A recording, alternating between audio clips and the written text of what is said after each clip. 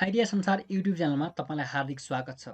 आजको भिडियो विशेषतः सरकारी कार्यालय होस् अथवा प्राइभेट कार्यालयमा काम गर्ने कर्मचारी जसले माइक्रोसफ्ट एक्सेल प्रयोग गर्नुहुन्छ उहाँहरूको लागि धेरै महत्त्वपूर्ण हुनसक्छ। विशेष त मैले यो स्क्रिनमा देखाइरहेको एउटा एक्सेलको सिटमा व्यक्तिको नाम, ठेगाना र पोस्ट दिएको छु र यसमा पोस्ट अनुसार हामीले ऱ्याङ्किङ मिलाएर राख्नुपर्दा ठुलोदेखि सानो पदमा अथवा सानोदेखि ठुलो पदमा राख्नुपर्ने हुन्छ। त्यस्तो अवस्थामा डाटालाई सर्ट कसरी गर्ने भनेर देखाउँदैछु। विशेष त हामीले नम्बर भयो, अनि अल्फाबेट भयो, त्यसै गरी बारहरू भयो, अनि त्यसपछि महिनाको नामहरू भयो भने त हामीले सहजै किसिमले सर्ट गर्न सक्छौँ। तर यसरी हामीले पदअनुसार सर्ट गर्दा अथवा नामअनुसार सर्ट गर्दा हामीलाई अप्ठ्यारो पर्न सक्छ। यसैमा पनि हामीले यहाँ सिरियल नम्बर 1 देखि 9 सम्म क्रमसँग छ र यहाँ चाहिँ पोस्ट चाहिँ अल्फाबेटिकली तल माथि छ। अब यसलाई हामीले यहाँबाट सर्ट गऱ्यौँ भनिसकेपछि सर्ट गर्नको लागि सुरुमा यसमा क्लिक गरेँ हेडरमा, अनि डेटामा गएर यसरी अल्फाबेटिकली चाहिँ तलदेखि माथि अथवा माथिदेखि तलसम्म यसरी सर्ट गर्न सक्छौँ। तर चाहिँ यसरी सर्ट गरिरहँदाखेरि हाम्रो चाहिँ लेभल नमिल्न सक्छ। सहायक चौथो माथि, पाँचौँ तल, अनि चिफ एडमिनिस्ट्रेटर अफिसर तल, अनि अफिसर तल आएको छ। यसले गर्दा यो चाहिँ आफ्नो ऱ्याङ्किङमा मिल्न गएन।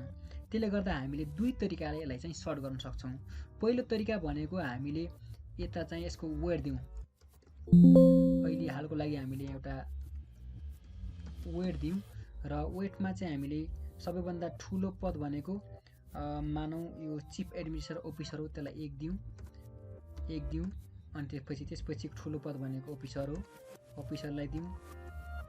अनि त्यसपछि ठुलो पद भनेको सायद 5औँ भनेको छ, त्यसलाई 3 दिउँ। अनि चौथोलाई हामीले यहाँबाट 4 दिउँ। अब हामीले हरेक पदहरूको यसरी वेट दिइसकेपछि फेरि पनि डेटामा गएर माथि हेडरमा क्लिक गरेर यसरी अल्फाबेटिकली नभएर ठुलो पददेखि सानो पदसम्म, अनि त्यसपछि सानो पददेखि ठुलो पदसम्म यसरी हामीले सर्टिङ गर्न सक्छौँ। एउटा आइडिया भनेको यो भयो। अब अर्को आइडिया भनेको तपाईँको यसरी वेट नदिइकन हामीले मानौ यस्ता पदहरू धेरै थिए र त्यस्ता धेरै पदहरूलाई वेट दिन हामीलाई गाह्रो पर्यो भनिसकेपछि हामीले अर्को तरिकाले कस्टम सर्ट पनि गर्न सक्छौँ। कस्टम सर्ट गर्नको लागि हामीले हाम्रो टेबलमा क्लिक गरिसकेपछि माथि यो सर्ट, यो डेटाको सर्टमा क्लिक गर्ने, अनि त्यसपछि यहाँनिर यो अर्डर भनेको छ, यसको तल आएर कस्टम लिस्ट भनेको छ, यसमा क्लिक गर्ने, अनि कस्टम लिस्टमा हामीले यहाँ दिएका पदका लिस्टहरू इन्ट्री गर्नुपर्ने हुन्छ। जस्तो हाम्रो यहाँ सबैभन्दा ठुलो पद भनेको चिफ एडमिनिस्ट्रेटिभ अफिसर, त्यसपछिको ठुलो पद भनेको अफिसर, अनि त्यसपछि असिस्टेन्ट 5th, अनि असिस्टेन्ट 4th। यसरी हामीले यहाँ लिस्ट दिइरहँदाखेरि हाम्रो यो डेटामा जस्तो खालको अक्षरहरू लेखेको छ, स्पेस दिएको छ भने स्पेस दिने, दिएको छैन नदिने, यो गर्नुपर्ने हुन्छ। अनि त्यसपछि हामी यसलाई एड गरौँ। एड गरिसकेपछि यसलाई ओके गरौँ। अनि फेरि यहाँबाट यो चुज भइसकेको छ, यसलाई ओके गरौँ।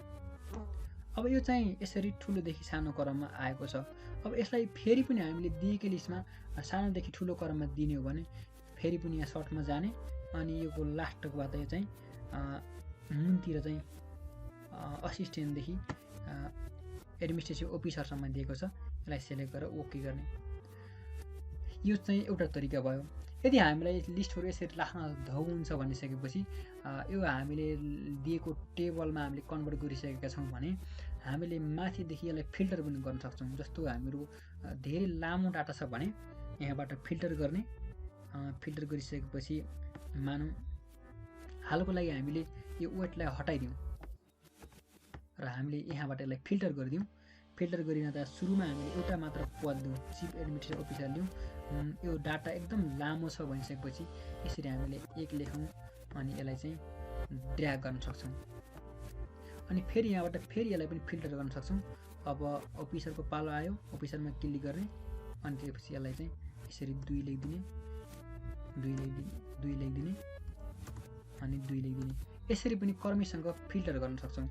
एउटा काम चाहिँ यसरी भयो। अर्को काम भनेको हामीले VLOOKUP पनि प्रयोग गर्न सक्छौँ। डाटालाई यसरी सर्ट गर्नको लागि, सहयोग गर्नको लागि एउटा आइडिया भनेको VLOOKUP प्रयोग गर्न सक्छौँ। जस्तो हामीले यो डाटालाई अहिले हामीले फिल्टर नगरिकन हेरौँ, सबै डाटाहरू यसलाई चाहिँ सेलेक्ट गरेर हेरौँ र हामीले यही सिटकै कुनै एउटा लोकेसनमा असिस्टेन्ट छ भने त्यसलाई चाहिँ 4th मान्ने, वेट चाहिँ 4 दिने, अनि त्यसपछि अफिसर छ भने 2 दिने, अनि चिफ एडमिनिस्ट्रेटिभ अफिसर भने 1 दिने। त्यो त हामीले सेट गरेको अवस्थामा हामीले त्यताबाट पनि यसरी नम्बर लिन सक्छौँ र एकैपटकमा हामीले त्यो काम गर्न सक्छौँ।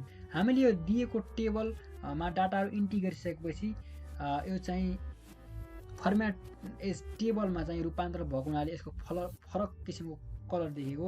यदि हामीले सुरुवाती अवस्थामा छौँ भनिसकेपछि हाम्रो टेबल कस्तो देखिन्छ त्यो तपाईँलाई म देखाउँदैछु। सुरुमा चाहिँ हाम्रो टेबल चाहिँ यस्तो अवस्थामा हुन्छ र यस्तो अवस्थामा हामीले यो माथि यो पोस्टमा क्लिक गरेर यसलाई डाटालाई सर्ट गर्न खोज्यौँ भनिसकेपछि यो पनि यसरी ठ्याक्कै चाहिँ तल आएर देखाइदिन्छ। यसरी एक किसिमले पनि हुनसक्छ, फेरि पनि गर्न सक्यौँ। यो तरिकाले पनि हामीले यो टेबललाई चाहिँ सर्ट गर्न सक्छौँ र कहिलेकाहीँ हामीले यो टेबललाई सर्ट गर्ने क्रममा डेटाहरू चाहिँ तल माथि जान सक्छ। त्यसले गर्दाखेरि एउटा ख्याल गर्नुपर्ने कुरा के छ भने यदि हामीले टेबल यसरी क्लिक गरिरहेका छौँ भने यसलाई चाहिँ होममा गएर यो चाहिँ टेबललाई सेलेक्ट गरिसकेपछि यहाँबाट चाहिँ फर्मेट एज टेबल गऱ्यौँ भने हामीलाई सर्ट गर्दाखेरि यो डाटा चाहिँ तल माथि जान पाउँदैन। किन भन्दाखेरि यसले चाहिँ माई टेबल हाज हेडर भनेको छ।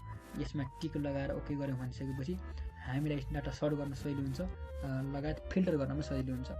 तपाईँलाई आजको भिडियो कस्तो लाग्यो कृपया प्रतिक्रिया दिन नभुल्नुहोला। यदि तपाईँ हाम्रो च्यानलमा नयाँ हुनुहुन्छ र यस्तै खाले टेक्नोलोजी सम्बन्धी, प्रविधि सम्बन्धी र विभिन्न खालका आइडियाहरू लिन चाहनुहुन्छ भने हाम्रो च्यानललाई सब्सक्राइब गरी नजिकै रहेको बेल आइकन दबाउन नभुल्नुहोला। हस्, नमस्कार।